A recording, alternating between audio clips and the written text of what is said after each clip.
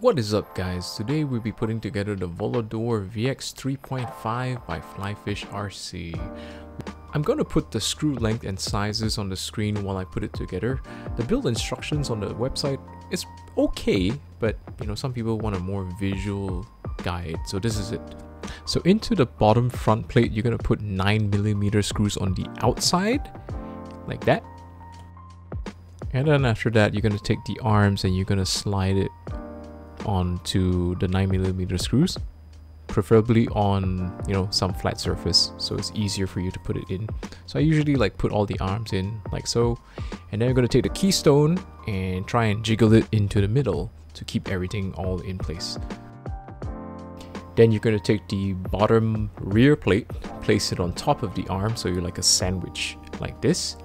Then you take your driver and you screw in the outer screws.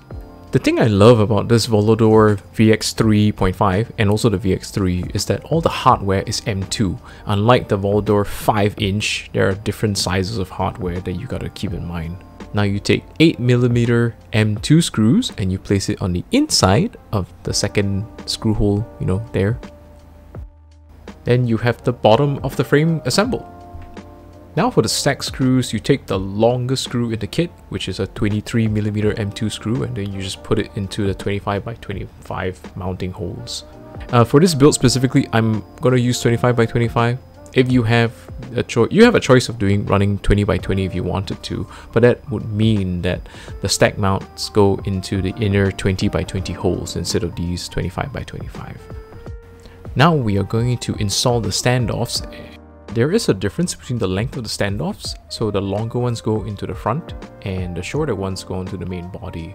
But actually it gets really easy from here on out because all the screws that you use are 6mm. Here you see I'm installing the rear standoffs, which are 20mm in height. And now I'm installing the front standoff. This is before the camera plate, which are 25mm in height. Now finally I'm going to take the camera plate and put in the yellow color gummies. Do note that the camera plate does have sides to them, so there's a left and a right side. Just make sure that the direction is the gummies enter on the insides of the camera plate, not on the outside. Now I'm finally going to install the rear TPU right on top of the standoff. This one holds the antenna. Do bear in mind that the kit includes special spacers for the DJI-O3 Air unit, and they're small, so keep them. You're going to use them later. Finally, if you're going to put a stack on, make sure you put a nut on the stack screw. That helps reduce the amount of vibrations that get into the gyro and makes your quad fly better. Finally, the top plate goes on.